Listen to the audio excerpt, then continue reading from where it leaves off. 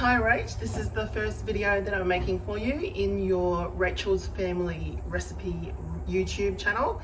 There'll be recipes from me, from Mum that I'll show you, from Dad.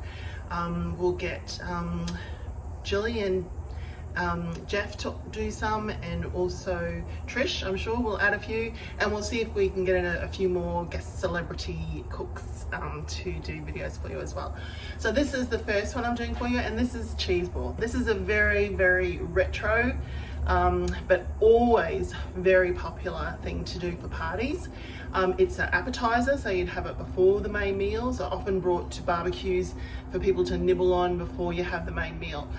The fun thing about it is that it's covered with paprika, and the inside of it is very white, so it shows a real contrast in color when you cut into it.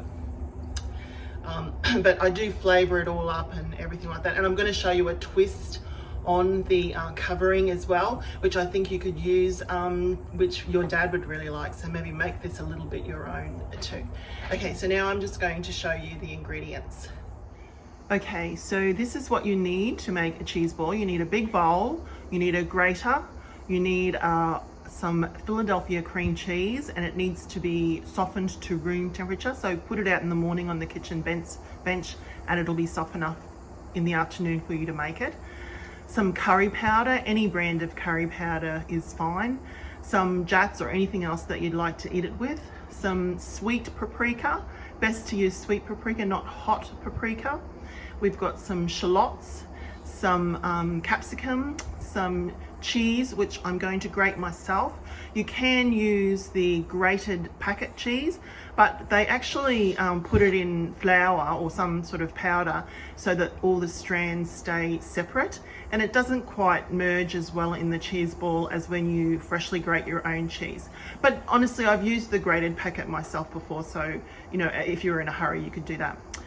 I've just got out my chopping knife, and I've also got it's a knife to make your knife sharper that you can just buy from Woolworths and Coles, and that's really going to come in handy if you're doing a lot of cooking, because your knives do get blunt very quickly. I've also got a packet of Smith's barbecue chips. That I don't normally use that at all, but I have heard that in recipes or in comments that people often crush up barbecue chips and mix them with a bit of paprika and roll the cheese ball in that instead of just plain paprika. And I think if you did that, your dad would probably really like it. Actually, that could be like the Rachel version.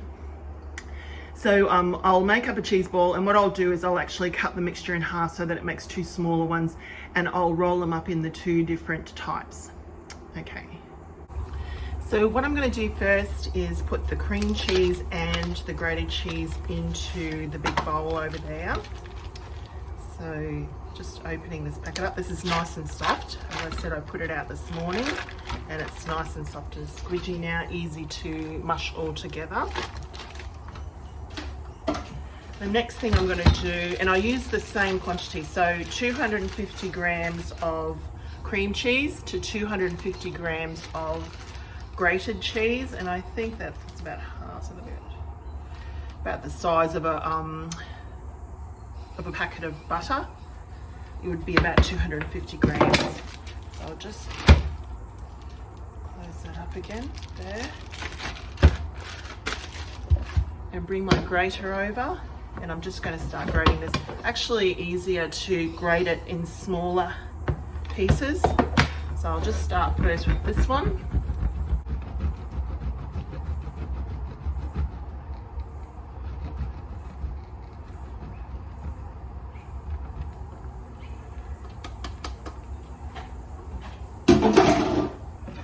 Okay, that's the second half going in there. Okay, so I made my first rookie error. I actually cut up all the vegetables and didn't turn the video on. So we'll just do that again, take two. Okay, so what you need to do next is get all your vegetables ready. And the first thing you need is a sharp chopping knife. You'll buy knives, you may have already bought new knives for your cooking, but what you'll find is that they will get blunt after a while, and one of these knife sharpeners from Woolies is really handy. All you got to do is go through that 3 times, through the middle one 5 times, and through the end one 3 times, and then you're done. Just wipe the edge of the knife on a towel before you start chopping, just to get away any filings. Now, to chop a capsicum is very easy. You don't have to worry about the seeds or anything inside. Just cut down the side there, and that just takes the side off, which is very easy to chop. There's that last bit there. If there's any big bits of pith, that's the white stuff inside, which is a little bit more bitter than the other ones. Put them on top, and you just start going down like that. And then to do it the other way, to get the dices, you would just go across like that. The way I'm cutting is keeping the top of the knife on the board, and I'm just moving this close with my hands, keeping my fingers out of the road, of course, and just letting the knife cut up like that. Then you end up with a nice little dice, okay? You want, I'd say, about half a capsicum for this recipe. Just put that to one side. So you want half a capsicum, and you want about 3 spring onions. So peeling a spring onion is quite easy. All you've got to do, so the part of the spring onion you're going to use is that one there and that one there. So you take off these sort of papery bits at the end and the woody bit just at the bottom, and then you're left with this part. So then you just want to take away that outside one and then wash it. And then you're left with a nice fresh spring onion to use. So we're going to do the chopping of the spring onion using that same technique. Leave the tip of your knife on the cutting board and using your hand to move this backwards and forwards. And remember, we just want small pieces of vegetable. You don't want big pieces of vegetable, because you're only going to be eating about a teaspoonful of the cheese ball on your cracker at a time. So you want the amount on your cracker to be mostly the cheese and the flavorings, and not just big chunks of vegetable. So there we go. So I haven't cut up all of the capsicum and shallots that I need. I've already done that, and I've put them inside the cheese mixture. So now I've got the cream cheese in there, the grated cheese, the capsicum and the spring onion. And from here we're going to start adding our final flavouring. So I'll move on to that. Okay, so the next thing we're going to be putting in is curry powder. I always put curry powder inside the cheese ball. To be honest with you, I forget every time how much I put in. I think probably 2 tablespoons would probably be, but not heaped tablespoons. So I don't know if you have a tablespoon measure, but you can just use one of those dessert spoons out of your drawer is fine. It's not an exact science. And let's say we're going to use about 2 flat dessert spoons of curry powder. So we'll just, okay, so just, I'd say that'll be about 1 there. Let's give another one. See how that turns out. Okay, so the next thing you're going to do is mix all this together. And as you can see, I've got rings on my fingers, so bad move. Otherwise, it'll take you ages to get all the cheese and stuff out of them. So take your rings off, wash your hands again, and start squidging everything together. I've already washed my hands before, so I'm just going to get into it. I might just mix it around a little bit first with the spoon, just to get things started. Okay. Now just squidge it up like that.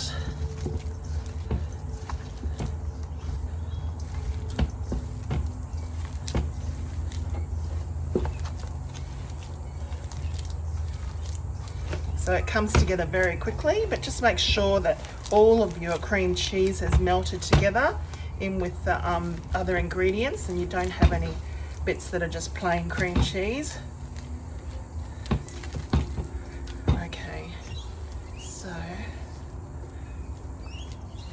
Shape it into a ball. Oh, actually, we're going to make 2 balls, so I'll just go like that.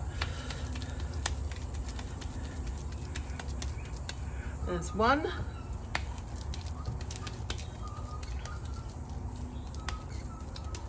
And there's 2.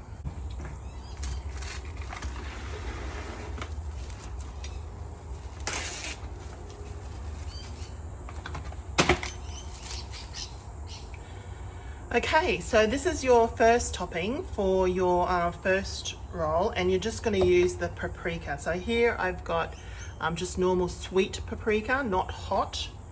So I'm going to put a lot here, like that. Just be generous with it. And we'll take out our ball there, and I'm just going to put more on the top there, like that, and then just start to roll it around until it's completely covered.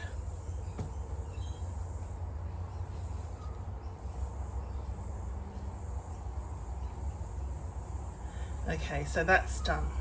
So when I'm storing these for a party, then I just go like that with the plastic, with all that extra paprika still in there, and just sort of zip it up, because that way if it gets disturbed or any of the white starts to show through, there's still plenty of paprika in there to cover it if you get to the party.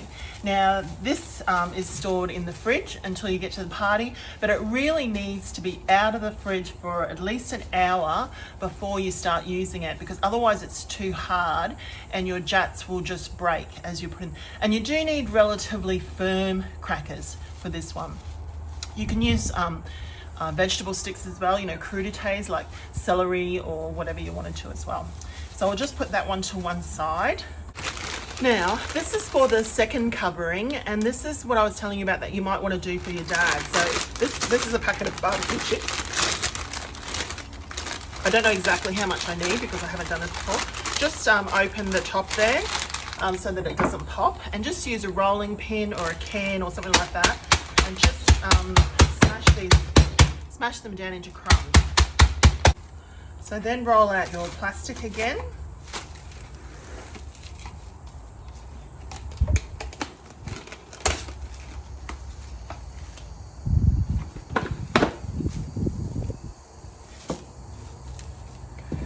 Now you just need to mix the chips and the paprika together. So I'm just going to get another bowl.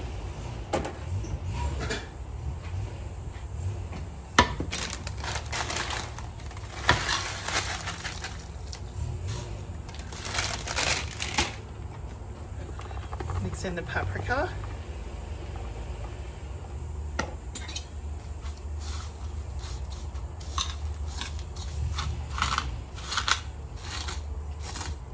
I'm just crushing up, there's still a few bigger pieces of chips there, so I'm just crushing them a little bit. I think I need a little bit more paprika because it's a little bit pale. Remember, we want that really nice contrast between the dark outer part and the light coloured inner part.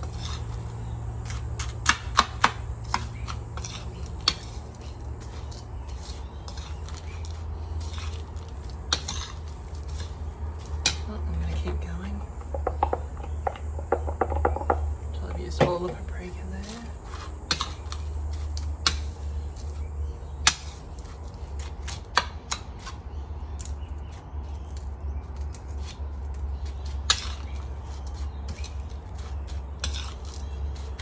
Okay, now I'm just going to put this on the plastic like we did with the last one. Actually, I'll keep some inside.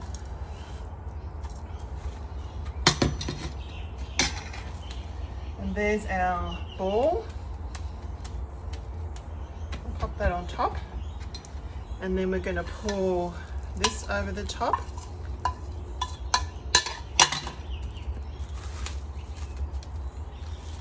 And we're just going to roll this ball around in the chips.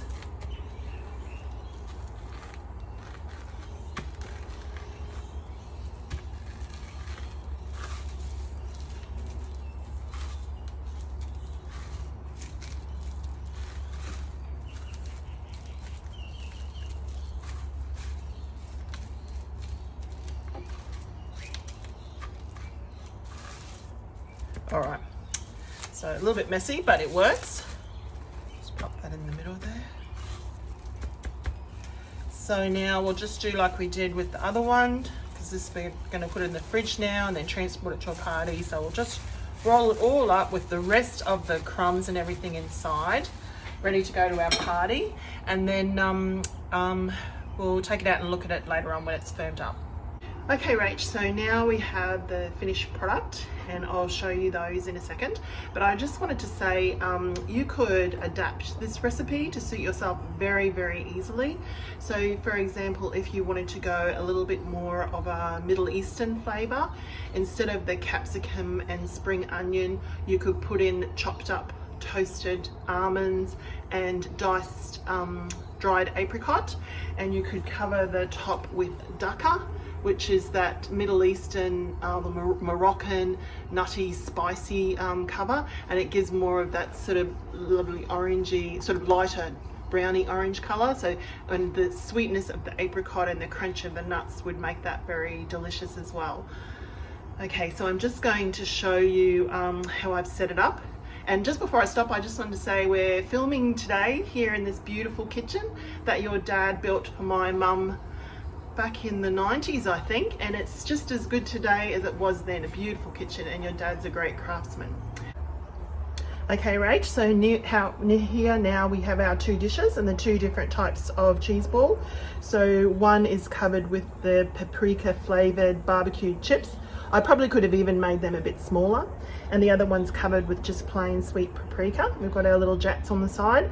These two little serving dishes are very old serving dishes that belong to Mum. So if you needed any serving dishes down in Melbourne, you could probably come up here and take these down with you.